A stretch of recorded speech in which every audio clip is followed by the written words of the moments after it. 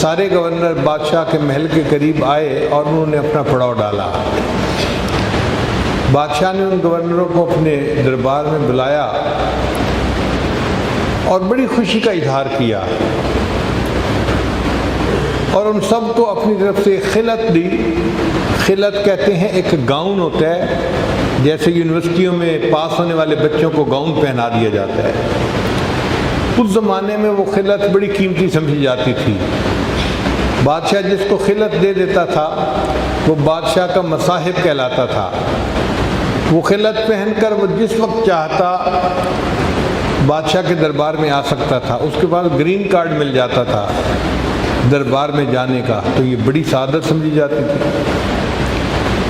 اب وہ گورنر سارے بڑے خوش۔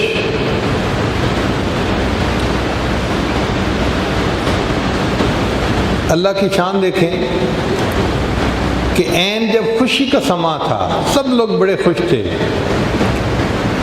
ایک گورنر ایسا تھا کہ جس کو چھینک آ رہی تھی،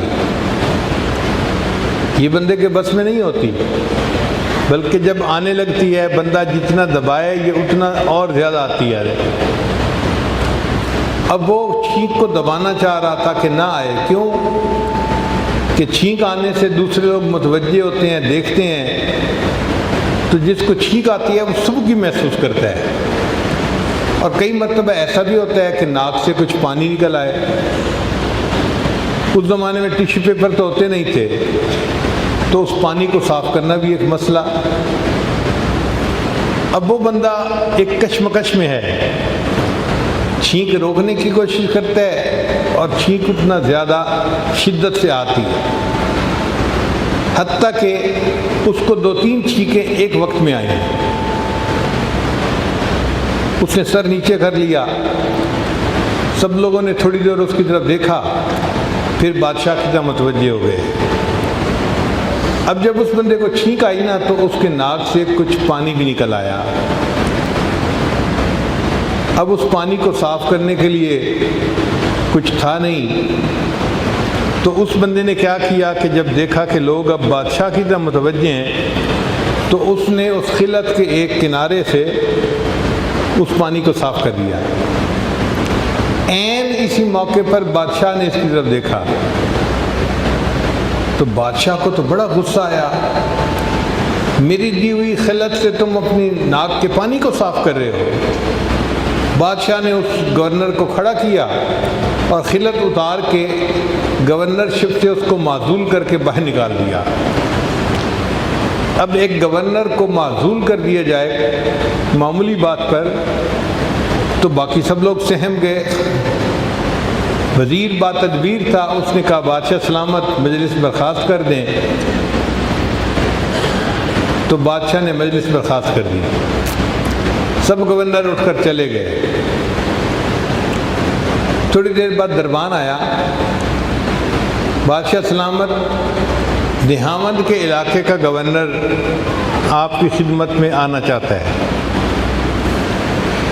بادشاہ نے کہا بلا لو۔ چنانچہ وہ گورنر آیا اور اس نے آ کے بادشاہ سے پوچھا کہ بادشاہ سلامت، میں صرف اتنا پوچھتا ہوں کہ چھینک کا آنا اختیاری ہے یا غیر اختیاری ہے؟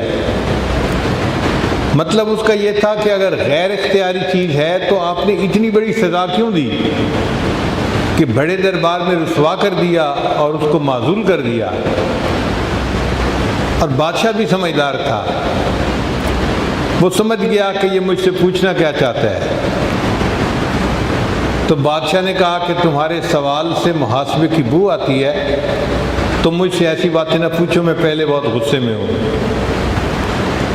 تو اس پر نہامند کے علاقے کے اس گورنر نے کہا کہ بادشاہ سلامت، مجھے آج ایک بات سمجھ میں آ گئی۔ آپ نے ایک بندے کو خلعت سے نوازا، وہ بندہ اس کی قدر نہیں کر سکا، آپ نے بھرے دربار میں اس کو رسوا کیا اور معزول کر کے باہر نکال دیا۔